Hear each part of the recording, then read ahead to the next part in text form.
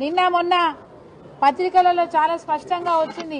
కొలన్పాకలో 472 survey number 473 survey నంబర్లలో 7 ఎకరాల 27 గుంటల భూమిని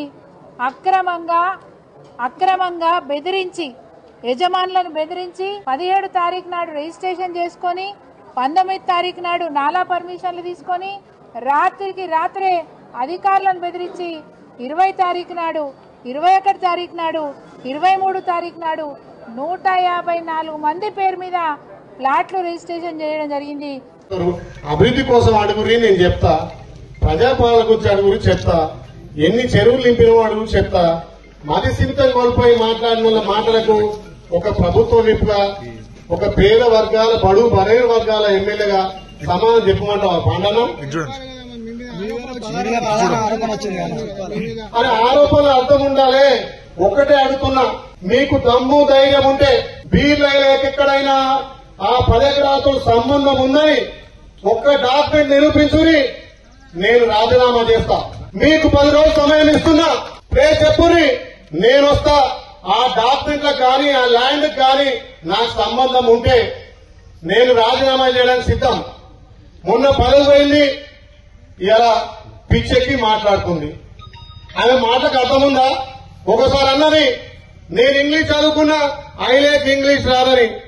మరి ఆ మాజీ ఎమ్మెల్యే గారు అడుగుతున్నా, నీకు చదువు ఎక్కువైంది తల్లి, ఒకసారి డాక్యుమెంట్ లో బీర్లైలే పేరు గాని బీర్లైలే అనుచరులు గాని ఆలయ నియోజకం సంబంధించిన వాళ్ళ పేర్లు ఉన్నాయా? 154 డాక్యుమెంట్లు అయినాయన్నావు. 150 డాక్యుమెంట్లు ఐలే పేరు గాని ఐలే సంబంధించిన వాళ్ళ పేర్లుంటే నేను తక్షణమే రాజీనామా చేస్తా. లేకపోతే నువ్వు రాజకీయ సన్యాసం తీసుకో. పిచ్చి పిచ్చి మాటలు మాట్లాడుతున్నావు. నీకు పదవైనటువంటి బాధలో మతి స్థిమితమై మాట్లాడుతున్నావు. అవసరమైతే ఎర్రగడ్డకు యశోద హాస్పిటల్ రిఫర్ చేస్తా, చూసుకొని మతి తెచ్చుకొని మాట్లాడమని చెప్తున్నా. చదువుకున్న వాళ్ళు నా రకంగా మాట్లాడతారా? సంఘటన జరిగి 10 రోజులు అవుతుంది.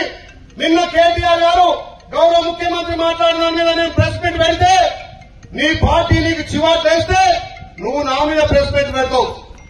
అవును, కేటీఆర్ బద్మాశాలు లుచ్చాశాలు వేసిండు కాబట్టి ఇవాళ కోర్టు మెక్కాల్సి వస్తుంది, ఇవాళ ఏసీబీ దగ్గరికి పోవాల్సి వస్తుంది.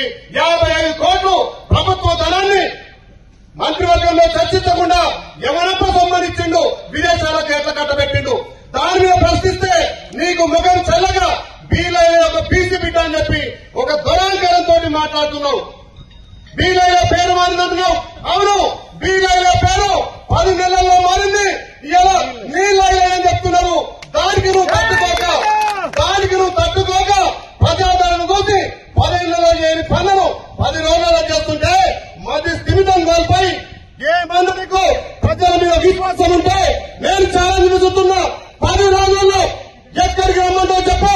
ఆ డాక్యుమెంట్లతో కానీ ఆ ల్యాండ్ యజమానులతో కానీ నాకు సంబంధాలు ఉన్నట్టయితే నేను రాజీనామా సిద్ధం. నువ్వు నీ రాజకీయ సన్యాసానికి సిద్ధమని సవాల్ విసుతున్నా. తమ్ముంటే సవాల్ స్వీకరించి ఈ డాక్యుమెంట్ల మీద చర్చ పెట్టాలి. నేను ఇప్పటిదాకా మాట్లాడదలుచుకోలే. మీ పిచ్చి పిచ్చి మాటలు నేను తడవా. నేను ఒక పీసీ బిడ్డగా కింది స్థాయి నుంచి వచ్చిన వ్యక్తిగా నేను అభివృద్ధి మీద మాట్లాడతా. నా ఆలయం వెనుకబెట్టా, ఆలయంలో అభివృద్ధి చేస్తా. ఇంకా ఆలయంలో ఉన్నటువంటి రైతన్నల కాలు కలవడం కోసం గోదావరి నీళ్ళు వచ్చి ప్రతి ఎకరాకు నీళ్ళు అందిస్తా. మీ లెక్క మీ గతంలో ఏముంది? మీకు ఇలా పామోదులు అయినాయి, 100 ఎకరాలు అయినాయి. ప్రజలు బుద్ధి చెప్పినా మీ బుద్ధి మార్చుకుంటారు. మీ వక్ర బుద్ధి మార్చుకొని మీరు యశోద హాస్పిటల్కు ఎర్రగడ్డ హాస్పిటల్కు పోవాలి. దమ్ము ధైర్యం ఉంటే ఆ డాక్టర్ల మీద చర్చకు రావాలని చెప్పి సవాల్ విసుతున్నా.